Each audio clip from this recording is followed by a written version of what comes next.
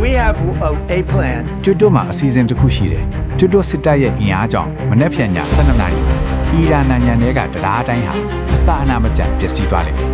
အီရန်ကလျှက်စစ်တာပြီးစိတ်ယုံတိုင်းဟာလည်းအလုံးမလို့တော့ပဲမီးလောင်ပေါက်ကွဲပြီးဘယ်တော့မှပြန်သုံးလို့မရအောင်ဖြစ်သွားမယ်ဆိုလိုတာက12နာရီအရောက်မှာအကုန်လုံးကိုအပြီးပိုင်းဖြိုးချပြမှာ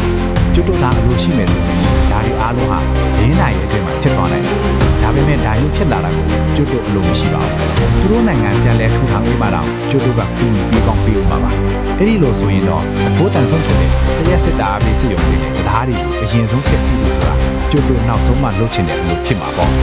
ခင်ဗျားတို့လည်းတရားကိုမြင်လိုက်တာပဲတရားချင်းပြုတ်သွားပြီကျွတ်တို့ဟာသဘောတူညီချက်ရဖို့အတော်လေးကြီးဆန်နေကြတာပါအဲ့ဒီအချိန်မှာ Mr. Wickoff, Mr. Kushner နဲ့ GD တို့စီကဖုံးဝင်တယ်သူတို့သဘောတူညီချက်ကိုဖောက်ဖျက်နေလို့ထင်တယ်လို့ပြောကြတယ်အဲ့ဒါနဲ့ကျွန်တော်ကဒါ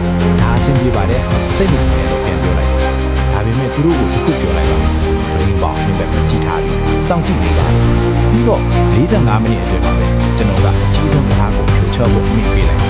အဲ့ဒီတရားဟာအရှိအလဲပိုင်းမှာတွေမကဘူးအီရန်မှာအကြီးဆုံးတရားလို့ကျွန်တော်ယုံကြည်တယ်ကျွန်တော်အမိတ်ပေးပြီး10မိနစ်အတွင်းမှာပဲအဲ့ဒီတရားကြီးဟာအဆုံးသတ်သွားခဲ့ပြီဒီတော့ကျွန်တော်ဒါမျိုးလုပ်ချင်တယ်လားဆိုတော့မလုပ်ချင်ပါဘူးသူတို့ရဲ့အခြေခံအဆောက်အဦတွေကိုဖျက်ဆီးချင်တယ်လားဆိုတော့မဖျက်ဆီးချင်ပါဘူးဒါတွေကိုပြန်ဆောက်ဖို့ဆိုရင်သူတို့အတွက်နှစ်တရာလောက်ကြာသွားနိုင်တယ်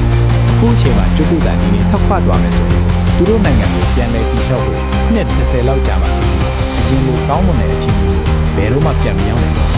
သူတို့နိုင်ငံကိုပြန်လဲထူထောင်နိုင်မယ်တခုတည်းသောနည်းလမ်းကအမေရိကန်ပြည်ထောင်စုရဲ့ပါရမီရှင်တွေတုံးချဖို့ပဲရှိပါတယ်